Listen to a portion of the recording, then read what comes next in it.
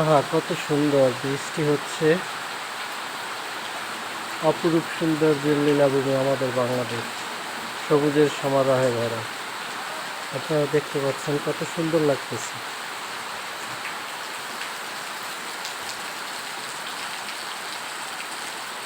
এই যে বৃষ্টি পড়তেছে।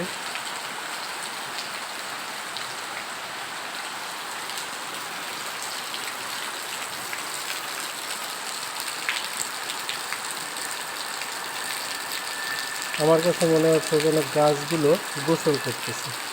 গাছগুলোর যে অপরূপ সৌন্দর্য, তাদের ভিতরে যে রং, বৃষ্টি হলে সেটা ফুটে ওঠে।